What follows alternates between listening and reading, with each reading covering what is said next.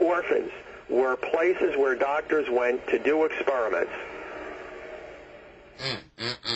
So, as far as I'm concerned, I'm scared as a black man in America, but you said most of the prison population was white folks back then? Initially, back in the 50s, these experiments were performed on whites. In fact, you have cases at some prisons where black prisoners felt that they were being segregated, that they were not being treated equally.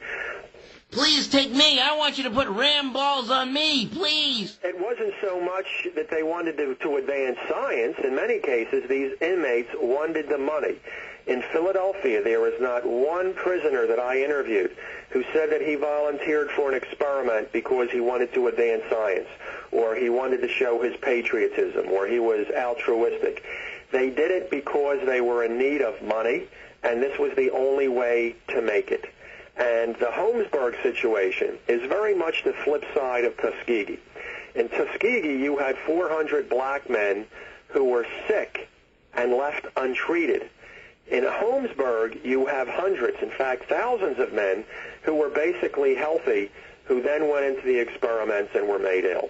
Why did you pick Holmesburg as opposed to Atlanta or some of the others? I mean, from your book, you enumerated several different prisons in the Midwest, on the left coast, down south, but why did you pick... I have a long chapter. The third chapter of the book is basically the history of human experimentation in American prisons.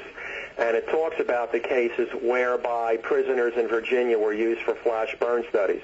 Prisoners in Ohio were used for polio and cancer studies. Prisoners in Oregon and Washington were used for testicular radiation studies. It goes on all across the country. The reason why I focused on Philly is because that's my hometown. Those are the experiments that I witnessed. Those are the experiments that basically seared my soul. And I recognized something was wrong about that. And if somebody else had, ventured into it and done the research, I would have read it and been satisfied. But since no one else had done it, I was crazy enough to launch myself into a 5-year crusade, give up my job, nearly go broke. But, I think I answered the story pretty well as to what happened, why it took place, why it was allowed to take place, and why we have to be ever vigilant that something like that never happens again. Let's get into mind control, LSD, and those kinds of experiments. Right. What's your knowledge about those kinds of experiments on these prisoners? Well, what happened in Philadelphia is this. The story goes back to Edgewood Arsenal in Maryland. That's on the military base at Aberdeen Proving Grounds. The Edgewater section of that base is where the Army has its chemical warfare unit. For years, if not decades, the Army, as well as the CIA, had been looking for some incapacitant, some sort of magic bullet to create the Manchurian Candidate. Not only to wipe out an enemy with chemicals, but also to come up with a magic bullet that could be given to somebody that we would give an order to, and that person would go out and do it even though he knew it to be wrong, ethically or injurious to him or whatever. So experiments are taking place down at Edgewood Arsenal, and LSD is the chemical that they're spending lots of time and millions of dollars with. However, by 62, 63, they really recognize that LSD is just too unstable a property, and once they give it to somebody, they really can't control that individual. So they start looking at other drugs, other pharmaceutical combinations, such as atropine, scopolamine, benzoates, belladonnoids, and they're giving these to the soldiers. However, the soldiers are ending up incapacitated for an extended period of time. In some cases, it's days, but in other cases, it's weeks. Now, that's a small base in operation they have, so the military decides they need to branch out. They need another site to do their testing. Where do they come? They come to Philly. Not because we have great soft pretzels, not because we had Norman Van Brocklin throwing touchdown passes at Tommy McDonald. They came to Philly because we had Dr. Kligman, the University of Pennsylvania and Holmesburg Prison. That's Dr. Albert Kligman? That is correct. The dermatologist that came up with Retin-A. Right. He was the one who was doing these experiments. He had developed a reputation around the country, not only for dermatology, but in the field of human experimentation. If you, Brother R.A., and some friends wanted to go out and test something on somebody, you wouldn't do it in Boston. You'd probably come to Philly. People from Michigan came to Philly. People from Maryland, the CIA came, in North Carolina to Pfizer, Merck, Sharp and Dohme. Right. All of the big chemical companies knew of Dr. Kligman and Holmesburg. So the Army did the same thing. They contacted him. They asked if he'd be interested in helping them with experiments. He, of course, said yes, especially when he heard that he was going to be paid handsomely.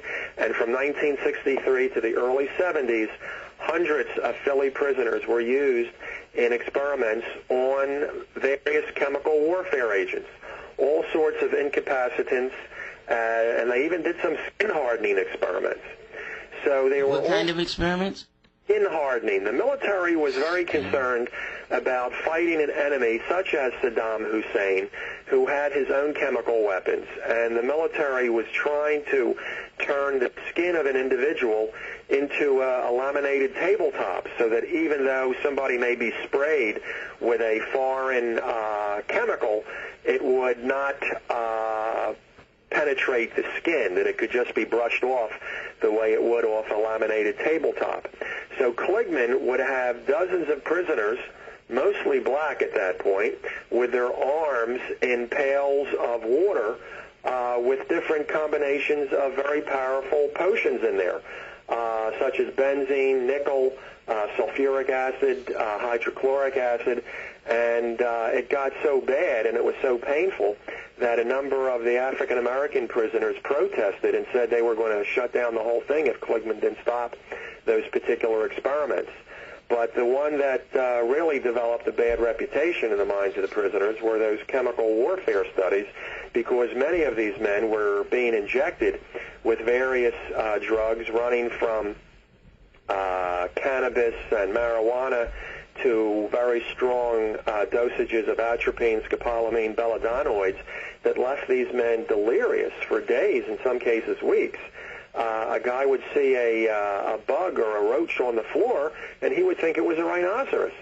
They would see something, on the ceiling, a spider, and they would think it was some sort of prehistoric animal coming to eat them. And now we have ecstasy. Well, some people have it. I don't think I have it here in Philly. But they were doing everything in the prisons back then. All you had to be was somebody who had the money to back up your particular protocol, and Kligman would probably do business with you, even if it had nothing to do with his field of expertise, which was dermatology. The Army experiments were chemical warfare agents, mind control drugs. Kligman had no expertise in that area, but of course he did it. He was also injecting prisoners with radioactive isotopes. He was also doing experiments for Dow Chemical, where he was applying dioxin, one of the most powerful carcinogenic agents known.